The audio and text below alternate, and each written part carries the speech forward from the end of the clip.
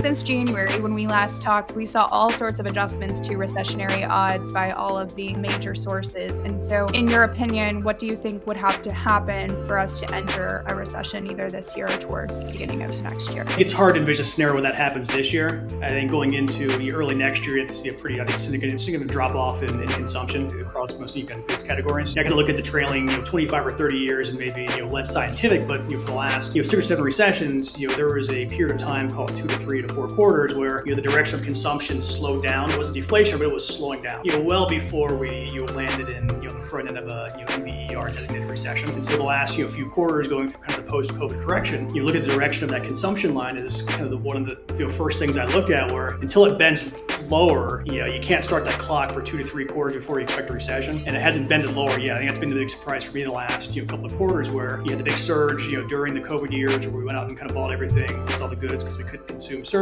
Helicopter money, fanning those flames. As that corrected lower, we didn't plunge into a consumer recession. Kind of bottomed out at call it 2 to 2.3%. It's since kind of returned course to high 2s up to kind of plus 3.1%. So I think looking at that, just kind of where that's pointed, going into at some point a rate reduction phase, whether that's September or a month or two later, it's hard to envision a scenario where even if that inflation kind of really starts to bite, that you see that much of a pullback. And so, especially given all the kind of the headwinds that consumers have, withstood even the last, couple of years, whether it's growing inflation, high interest rates, resumption of student loan payments. I think everyone's predicting it fall off the consumer for the last, 2 years, and it hasn't happened yet. So my sense is that, again, the current administration, I think will thread some version of a needle here, and we'll see how it plays out, where I think there's a reason we waited till, now to announce the next kind of, shots fired, where, equity markets are at an all-time high. Labor markets are still strong, even if the last kind of print was somewhat skewed by,